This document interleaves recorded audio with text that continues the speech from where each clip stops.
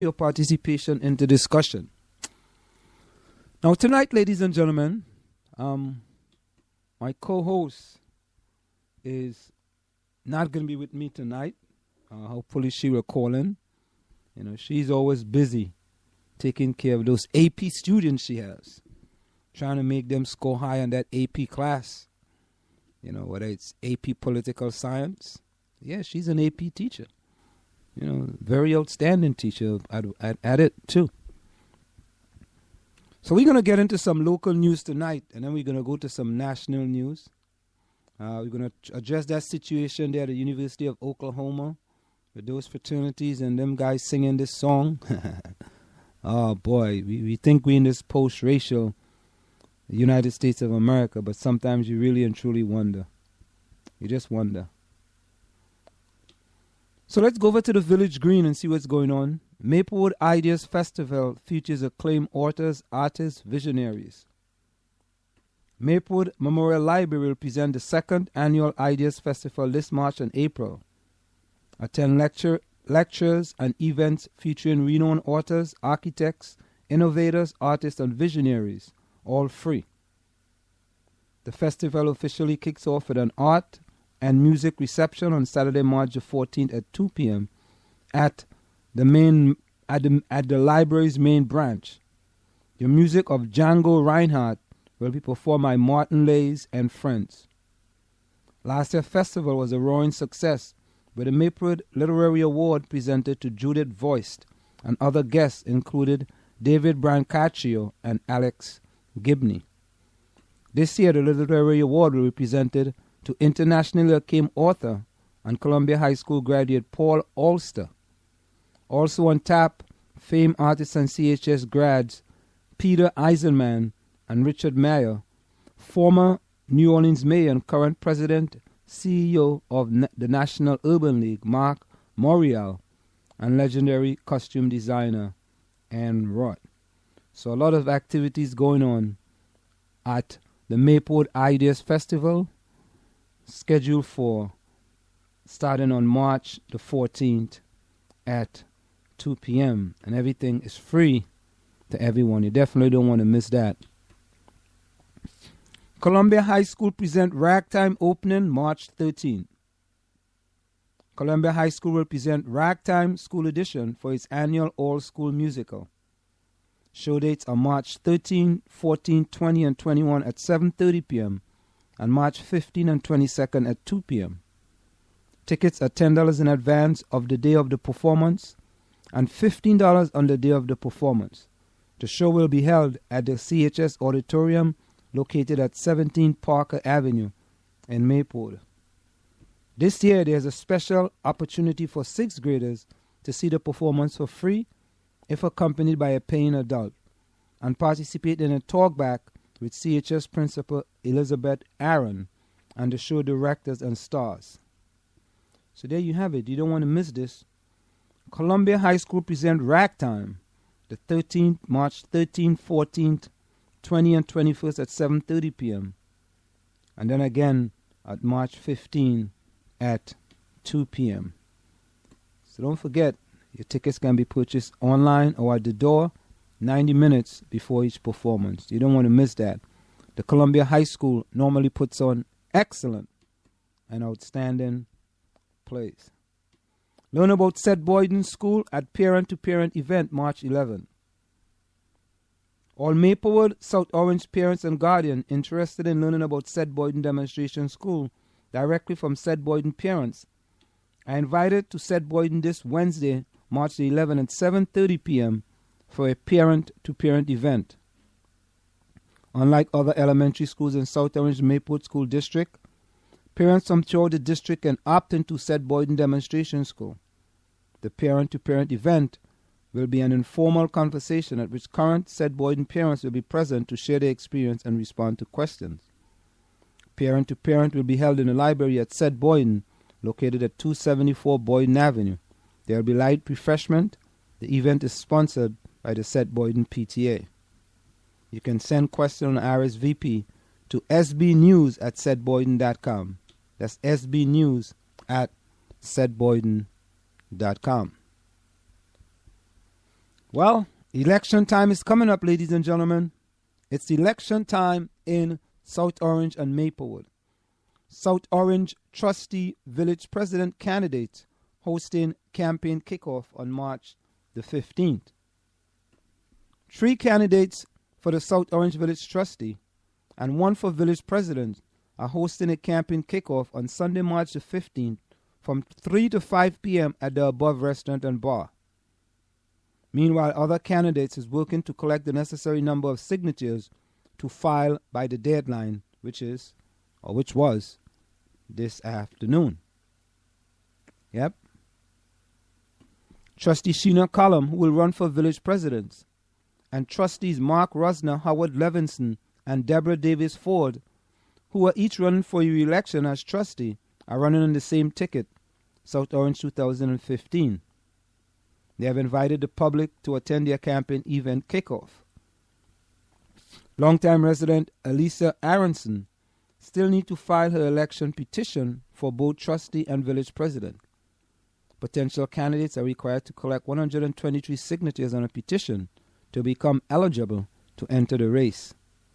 Aronson, a resident of Jespi House, attempted to run for trustee in 2011, but the petition was short several signatures and was declared invalid by the township administrator. The deadline to sign petitions is today, March the 9th. Election day is May the 12th, 2015.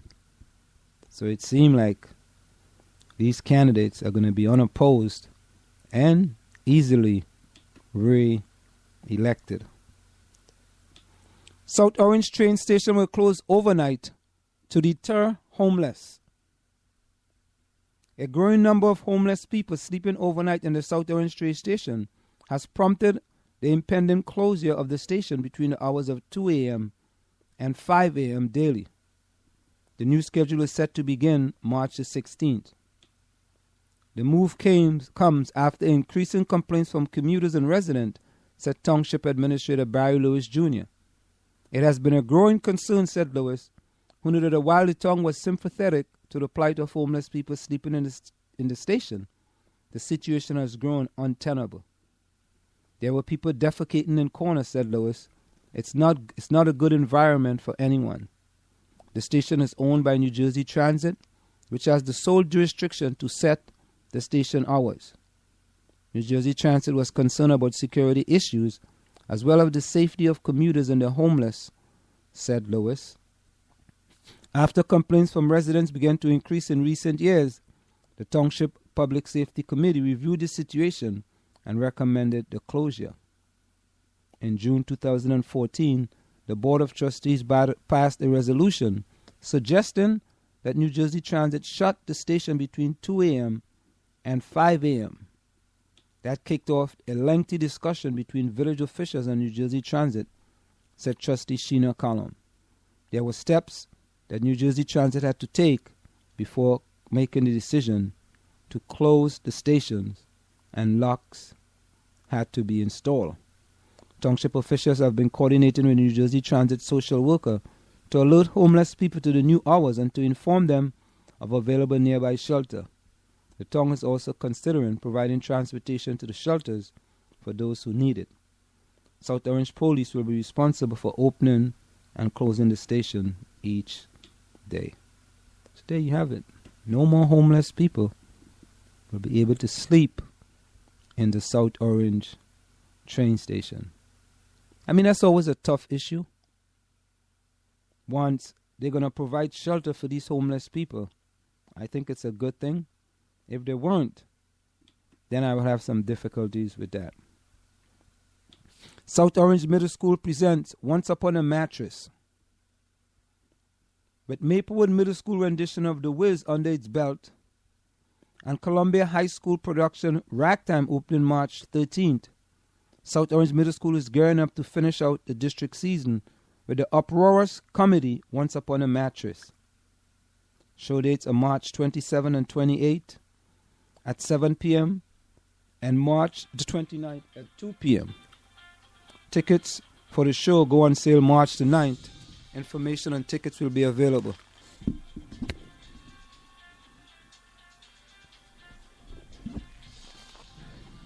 The musical first opened on Broadway in 1960 and was adapted from the Hans Christian Andersen fairy tale, The Princess and the Pea.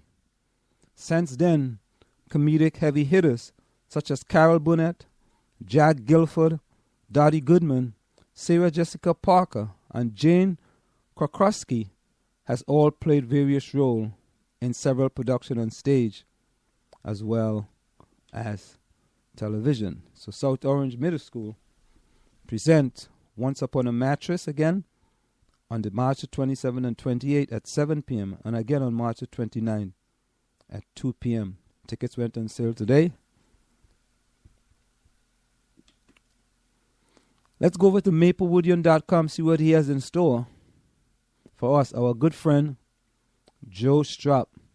You know, I tell you, Joe always have some different news from everyone else.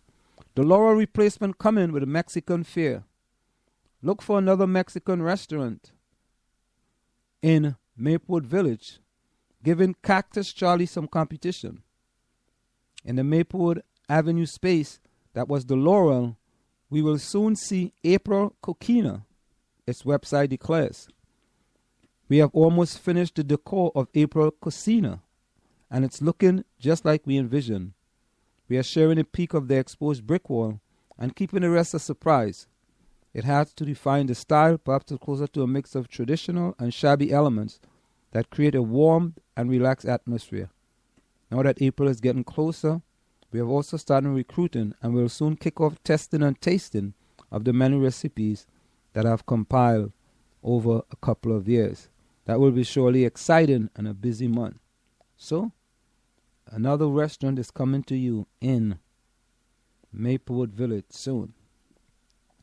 The state keeps screwing our schools. I hope he doesn't mean that literally.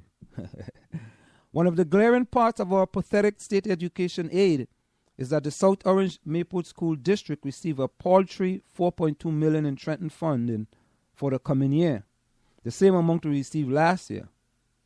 That is a minor fraction of the proposed $112 million school district budget that was discussed in a special meeting this week.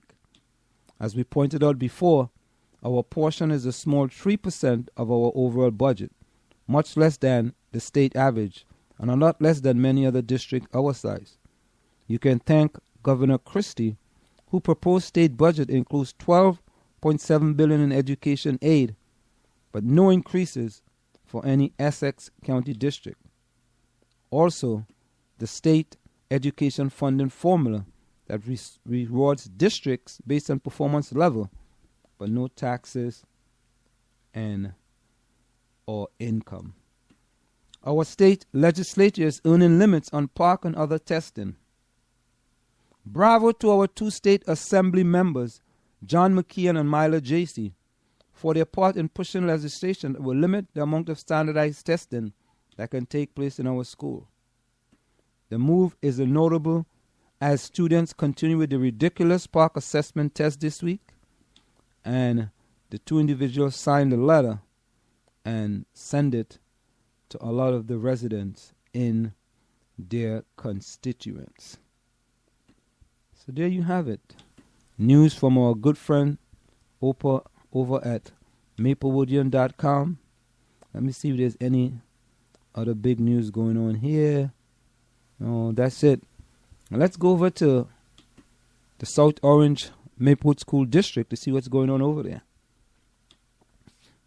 Getting ready for middle school.